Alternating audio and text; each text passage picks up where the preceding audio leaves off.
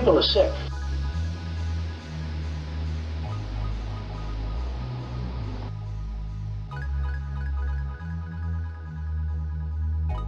We have many of the experts from CNN and many other networks, if you call CNN a network, I don't personally, but we have CNN, we have many other places, and they're all saying, he doesn't need to do it, he doesn't need to do it. All I'm saying is this, how do you close down the greatest economy in the history of the world when on January 17th you have no cases and no death? When on January 21st you have one case and no death, one case, think of that. Now we're supposed to close down the country, but here's what happened.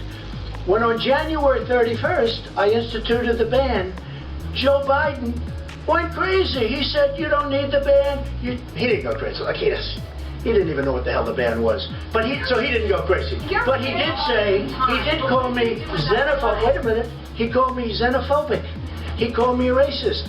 Because he has since apologized and he said I did the right thing. So when you say, why didn't you this?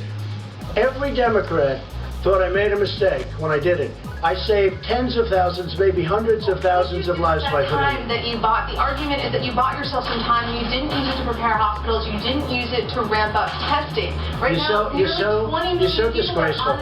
It's so disgraceful the way you say that. Let me just listen. I just went over it. I just went over it. In an unprecedented crisis. Nobody thought we should do it, and when I did it. But what did you do with the time that you bought?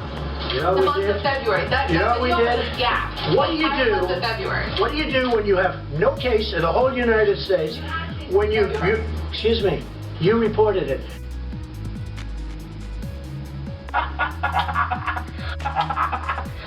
Zero cases, zero deaths on January 17th. The entire January. I said in January. The video has a complete gap. On January 30th. What did your administration do in February for the time that your travel ban got A lot. A lot. And in fact, we'll give you a list. What we did, in fact, part of it was up there. We did a lot. Look. You know you're a fake. You know that. Your whole network, the way you cover it, is fake. And most of you, and not all of you, but the people are wise to you. That's why you have a lower approval rating than you've ever had before, times probably 3. And when you ask me that question, let me ask you this: why did Biden apologize? Why did he write a letter of apology? No, that's very important. Why did the Democrats think that I acted too quickly? You know why? Because they really thought that I acted too quickly. We have done a great job. Now, I could have kept it open. And I could have done what some countries are doing. They're getting beat up pretty badly. I could have kept it open. I thought of keeping it open because nobody's ever heard of closing down a country, let alone the United States of America. But if I would have done that, we would have had hundreds of thousands of people that would right now be dead. We've done this right, and we really have done this right. The problem is the press doesn't cover it the way it should be. Go ahead, one more question.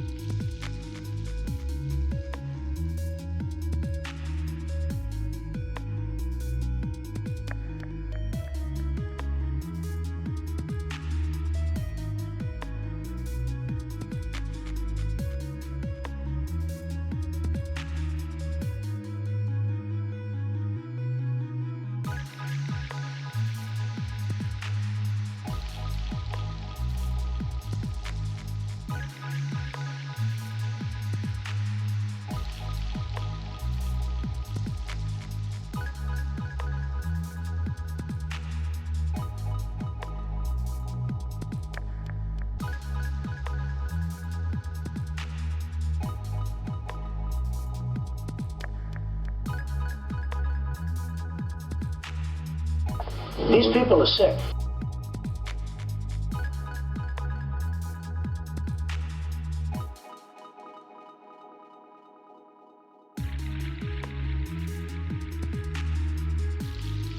Well, the current pandemic has focused an awful lot of attention on something you may have heard of but not known much about, the World Health Organization. That's an international organization that the U.S. has quietly, automatically, unthinkingly spent billions of dollars supporting over the decades, and most of we felt good about it. But now is time to ask the very reasonable question the president is in fact asking: What are we getting for that support? China spends less than half as much as we do supporting the WHO, and it's clear what they get. They get a servile global organization that is abetting their rise to superpower status. It's a pretty good deal for them. The WHO excludes Taiwan from membership solely because Beijing has demanded that they do that. How dare you? Shame on you. Cruelly, by the way. And from the start of this pandemic, the World Health Organization has done shockingly little to stop the virus from spreading around the world. In fact, when the organization appears in public at all, it seems to be functioning purely as an offshoot of Chinese state media. Tedros Adhanom, who's the director of the World Health Organization, has been there for close to 3 years. He was elected with the support of China over the opposition of the United States. In late January, Tedros was gushing that China had contained coronavirus. In fact, he said China had set a standard that the rest of the world ought to copy. The Chinese government is to be congratulated for the extraordinary measures it has taken to contain the outbreak. China is actually setting a new standard for outbreak response, and it's not an exaggeration. We choose truth over facts. These people are sick. All hail China. Tedros was so impressed by the Chinese government, so confident the coronavirus was defeated, that he attacked other nations for daring to take the racist step of protecting themselves. When the president announced travel restrictions on China in late January, Tedros said that would, quote, have the effect of increasing fear and stigma with little public health benefit, end quote. On February 3rd, he gushed about the Chinese dictator Xi and attacked any notion of slowing down global travel or trade. I was so impressed in my meeting with President Xi at his detailed knowledge of the outbreak. There is no reason for measures that unnecessarily interfere with international travel and trade. Well, that's just absolutely disgusting and stupid and violates science and common sense. Tedros was completely wrong. And because he was wrong, coronavirus became a global calamity. 3 weeks ago, as one country after another entered lockdown, Tedros told the world, you should imitate Wuhan. Wuhan reported no new cases for the first time since the outbreak started. Wuhan provides hope for the rest of the world that even the most severe situation can be turned around. You know these truths to be self-evident. All men and women created by God. You know the thing. That's one of the most corrupt displays I think anyone's ever seen on tape. Of course, if other countries wanted to reduce their caseload, they don't want to take the World Health Organization's advice. Just like the CDC in this country, WHO was pushing the absurd claim that face masks somehow don't work and are not useful for containing the coronavirus. China, meanwhile, the country that Tedros never stops praising, did not agree with that. In fact, they were hoarding masks. They were doing it all the way back in January. In fact, you start to wonder how honest the World Health Organization was even giving that advice. You also wonder how honest Dr. Tedros was when he warned against accelerating the use of hydroxychloroquine to fight the virus. Using untested medicines without the right evidence could raise false hope and even do more harm than good. We choose science over fiction. We choose truth over facts. At this point, it's pretty obvious this guy is trying to hurt people. He runs the World Health Organization, and he's intentionally trying to hurt us. If you wanted an effective anti-coronavirus strategy, you would just do everything that Tedros tells you not to. In fact, that's been a pretty solid position to take for a long time. Before he ran the World Health Organization, Tedros was the health minister of Ethiopia. On 3 separate occasions, that country was ravaged by cholera epidemics. Tedros lied about it. He refused to admit it was happening, insisted instead it was just an outbreak of, quote, acute watery diarrhea. Hundreds died in those outbreaks, which are only accurately identified when they spread into neighboring countries. In other words, he lied on behalf of the Ethiopian government, which was worried more about tourism and their reputation than people surviving an epidemic. Then he took over the World Health Organization, and Tedros vowed to crack down on corruption at that organization. That hasn't happened either. WHO still spends $200 million a year flying its staff around the world, often in business. That's something other health organizations ban their staff from doing. Doctors Without Borders would never do something like that. Corruption, dishonesty, cover-up, shilling for authoritarian dictatorships, lying as people die. No wonder Tedros and China are such profound allies. Fortunately, people are wising up to this. Even the governor of New York, Andrew Cuomo, says the World Health Organization should be open to criticism. Where were the warning signs? Who was supposed to blow the whistle? The president has asked this question, and I think he's right. The president's answer is the World Health Organization should have been blowing the whistle. I don't know enough to know if that's right or wrong, but I know the question is right. Yeah, the question is certainly right, and the answer is very obvious. They didn't blow the whistle. People died as a result, and they still get to run around calling themselves the World Health Organization. Why should we support corrupt international organizations like this?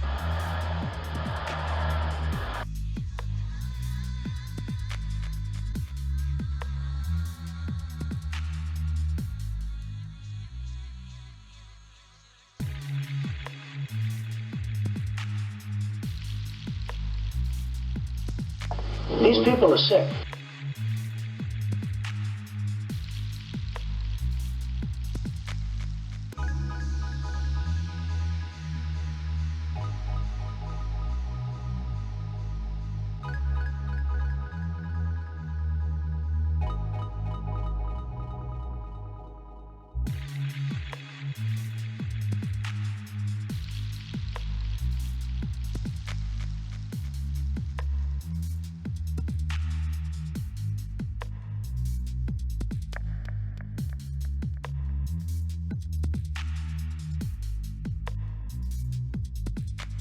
Well, for weeks now, we focused pretty much exclusively on the coronavirus pandemic.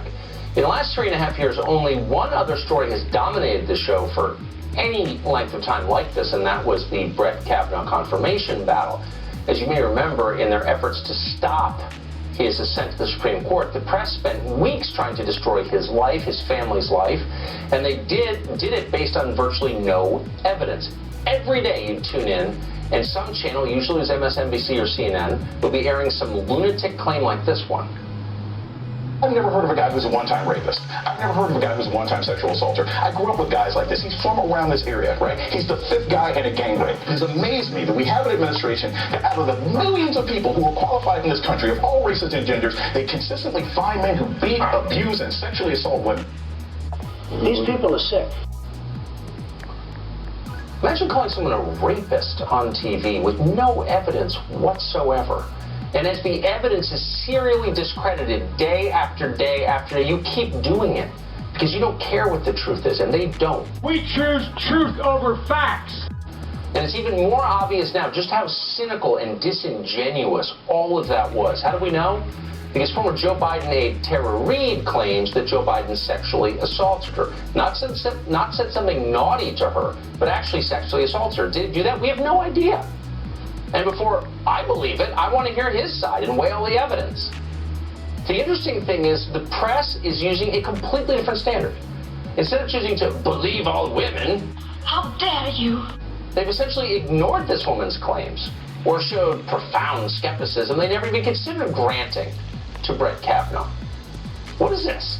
Molly Hemingway is a senior editor at The Federalist, author of Justice on Trial, the Kavanaugh Confirmation, the Future of the Supreme Court. The perfect person to assess what we're watching now. Molly, thanks a lot for coming on tonight. What are we watching now?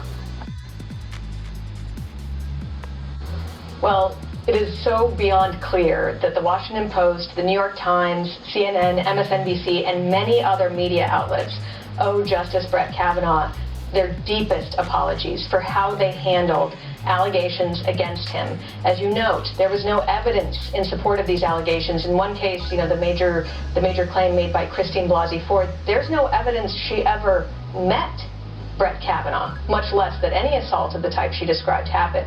Her 4 witnesses all strongly refuted or had no recollection of what she claimed happened. She didn't have any memory of location, how she got to the event, how she got home, what year it happened. There were so many problems with her story. And when she made her claim, the Washington Post and many other media outlets did their very, very best to make it seem like her allegations had more to them than they did. And they continue to do that day after day, week after week, in an attempt to destroy not just Brett Kavanaugh's nomination to the Supreme Court, but to destroy his life, to destroy his family, his reputation.